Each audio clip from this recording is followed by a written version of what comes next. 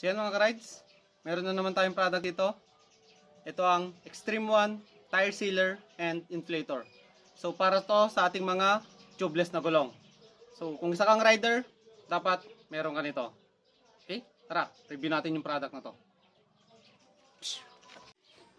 So ayan mga ka-rides, bali dito sa video na to, didemo ko sa inyo kung paano gamitin ang ating Extreme One Tire Sealer and Inflator. At syempre, review na rin kung gaano kaganda yung products na to. Okay? So tara. Dito sa motor kasi na to, ayan, mapapansin nyo yung gulong niya. Okay? Ayan, meron siyang pako rito. Kaya, mapapansin nyo, ayan. Ayan o. Talagang dumapa na or flat na yung gulong niya. Okay? Ngayon,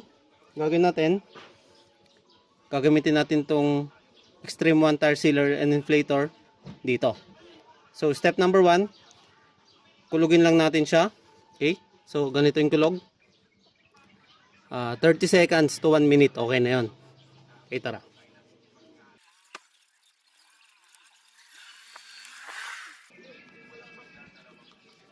Okay, so ito okay na to. Then, bago ko gamitin, itong tire sealer inflator na to, pang emergency purposes lang talaga to. Okay? Pero pag mga ganitong kalilit na gulong, yan, mga 80-80 lang, kayang-kaya niya. Pero pag mga gulong ng NMAX, Aerox, yung mga ganyan, yung mga higher CC, mga big bikes, tapos mga sasakyan, pang emergency lang, kailangan nyo pa rin pumunta sa pinakamalapit na vulcanizan. Okay? So pag ito, kayang-kaya nyo nang inflate yung mga ganitong gulong lang. Yung mga maliliit lang na ganito. Okay? Yan, nalambot, di ba? Step number 2 tayo. Ilalagay lang natin tong pinaka-hose natin.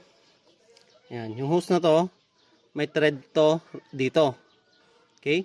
Tapos, syempre, thread lang natin sa ating tire valve. Or pinaka-pito natin. Okay?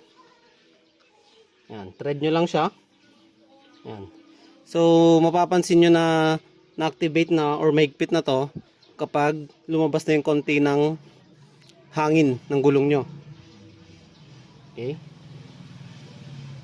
Yan. So, mahigpit na. Then, tanggalin natin tong lock. Yan. Then, dito meron siyang guide kung paano siya i-open or i-on. Okay? So, yung on natin, ganito yung pihit. So, try natin. Pag pinihit nyo to, huwag nyo isasagad. Kasi yung ganito kalaking tire sealer and inflator natin, marami na to para dito sa ganitong gulong. Okay, try natin. Dapat mga kalahati to 3/4 turns lang. Ayan o. Tapos mapapansin nyo, tumaas na yung gulong. Okay, dagdagan pa natin. Ayan. Anong tigas na. Dagdagan pa natin.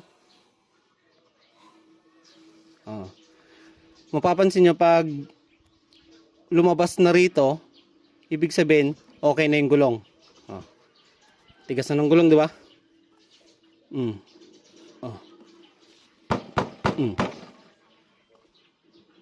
Ganyan kagaling yung Extreme One Tire Sealer and Inflator natin. Tapos mapapansin nyo yan, parang kalahati lang yung nabawas. Tapos ito yung pinaka sealant niya sa loob. Okay? Then ito, nasa almost 20 to 25 PSI lang yung kaya niyang ibuga sa ating mga gulong. Okay?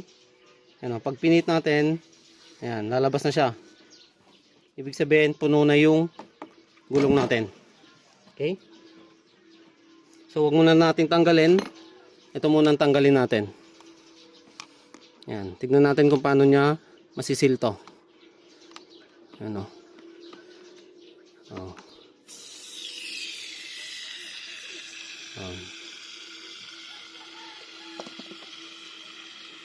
Ang laki.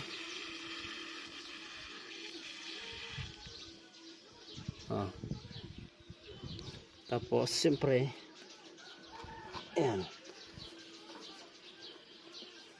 Tayo lang natin masilyon. Siyempre, dagdagan natin.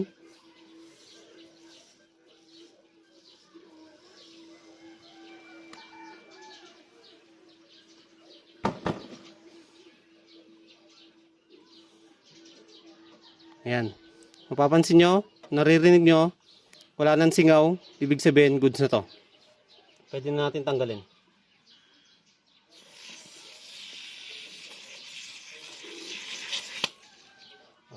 Yan yung sobra.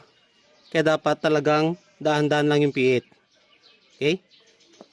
Okay, wala na kayo naririnig ng singaw. Ibig sabihin, goods na tumuto na to. Yan o, tigas na. Oh. Ito yung pako na nahugot natin. Ayan. 1 and 1/2 din to. Oh. Okay? So, ganito kagaling ang ating tire sealer and inflator ng Extreme 1. Okay? Sa Extreme 1, number 1. So yan mga ka-ride, sana may natutunan kayo. Kung nagustuhan yung video na to, pa-like, pa-share, pa-subscribe. At syempre pa-follow sa ating ibang social media accounts. So yan, hanggang dito na tayo. And kita-kits sa susunod na vlog. I'm out. Peace. Ride safe. Psh.